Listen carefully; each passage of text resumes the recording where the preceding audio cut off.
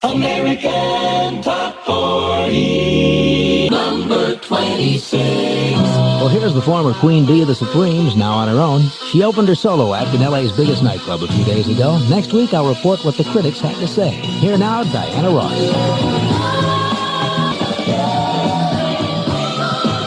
Debut song, Diana Ross, Ain't No Mountain High Enough. Casey's Coast to Coast. And now we're ready for the former Queen Bee of the top female group of all time. She's now on her own. The singer opened her new act last week at the Now Grove, the biggest nightclub in Los Angeles, and the place was packed. The first thing she said to her audience was, "Good evening, ladies and gentlemen, and welcome to the Let's See If Diana Ross Can Do It By Herself show." And she did it, by herself. So well that the local reviewers ran out of superlatives trying to describe her new act. And according to the pop music critic of the LA Times, she deserved every one. She's in the number 17 spot in the chart this week. And for Diana Ross, it seems there ain't no mountain high enough. Ain't no mountain high enough. Diana Ross reaching for a brand new plateau. The top 40 hits in America, hot off the charts of Billboard magazine, continue. Number 16, American Top 40. The only girl to have a number one single in 1970 is the former lead singer of the top female group of all time. Last summer at the biggest nightclub in Los Angeles, she opened her new solo act. The place was packed. She walked out on stage, and the first thing she said to her audience was, "Good evening. Welcome to the Let's See If She Can Do It By Herself show." And they loved it. And she did do it by herself. Her second single as a solo artist was the sixth most popular song of 1970, and the only number one song by a girl. Ain't No Mountain High Enough, Diana Ross. Ain't No Mountain High Enough, Diana Ross at number 6. And you're listening to the most listened to songs in America for this past year. This is Casey Kasem on American Top 40, and the countdown continues with number 5. Casey's Coast to Coast. Well, now our AT40 Extra by the superstar who left a lot of critics with egg on their faces several years ago. It was back in 1970, shortly after she quit as the lead singer of a fabulously successful American supergroup. She was making her first appearance as a solo artist at the Coconut Grove in Los Angeles. And when this lady walked on stage that evening, the former group singer introduced herself to the audience with these words, "Welcome to the Can Diana Ross Make It on Her Own show." Well, everyone in the nightclub laughed. But it was an uncomfortable kind of laugh because Diana had just put her finger squarely on the question that was running through just about everyone's mind. There were a lot of people in the audience and around the world who thought that the odds were against Diana ever being as successful on her own as she had been with the Supremes. Well, in the 9 years since that opening night, she answered their question and proved the critics wrong by starring in 3 hit motion pictures, earning an Academy Award nomination, and by scoring with 4 number one songs on the Pop Singles Survey, more than any other female solo singer in history. Right now, as an AT40 Extra, here she is with one of her biggest.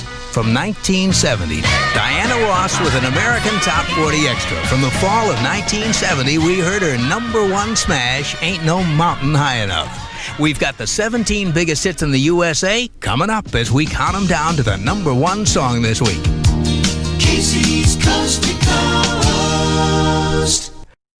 This is Casey on American Top 40 in Hollywood, and now we're up to the 17th number one song for the biggest female singer of the rock era. That's an incredible achievement, and one that's taken 18 years to accomplish. This extraordinary career begins in a low-rent housing project in Detroit when a young girl who liked to play baseball and sew her own clothes lost a competition to get a singing role in a school musical. She didn't like losing, and so she formed her own musical group with 2 friends. Singing as a trio, these girls managed to get an audition with Berry Gordy of Motown Records. And he hired them back in 1961, fresh out of high school, as backup singers for a tour he was putting together. He named the group the Primettes, soon changed it to the Supremes, and they went on to become the most successful American group of the rock era. Then in 1970, the Supremes' lead singer, the same girl from that Detroit housing project, left the group to pursue a solo career. There were those who doubted that Diana Ross could make it on her own, but she's proved that in a group or as a solo act, she's one amazing performer. Between the Supremes and her solo career, Diana Ross has hit the top 40 39 times and has gone on to number 1 17 of those times. And that's exactly where she is this week. With the most popular song in America for the second week in a row, here's Diana Ross with Upside Down.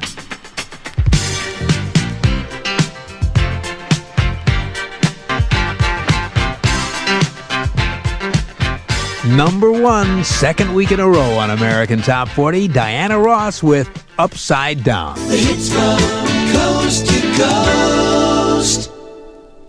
I'm Casey Kasem.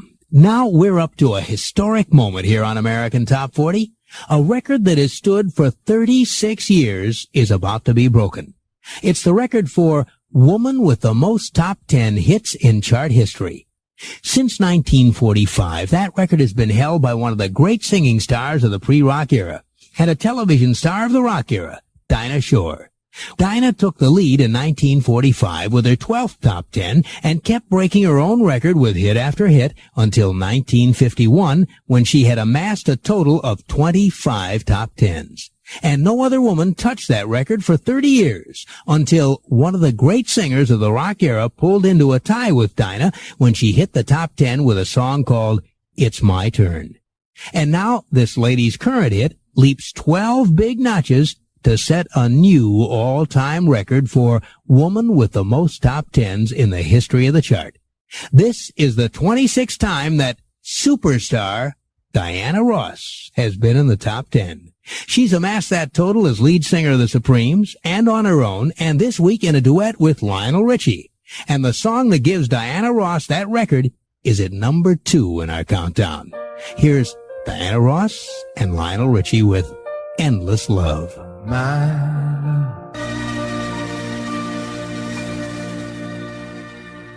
Lionel Richie duetting with Diana Ross. Diana Ross, the new all-time record holder for Woman with the Most Top 10s in the history of the chart. She's had 26. Endless Love, the theme from the motion picture. The hits from coast to coast.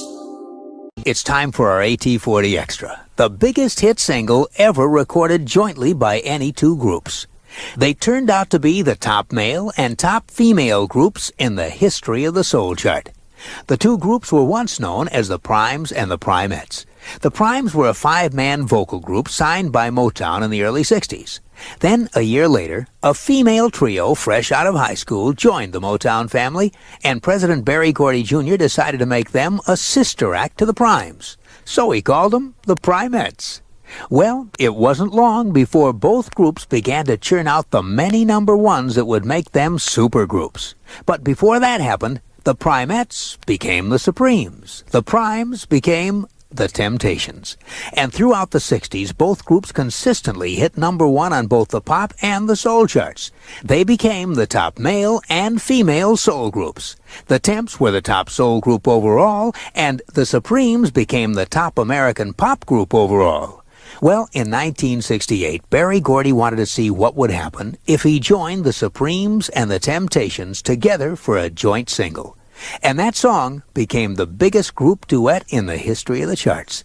And here it is as an AT40 Extra. From 1968 and early 69, the Supremes and the Temps with a song they took to number 2. Here's I'm Gonna Make You Love Me.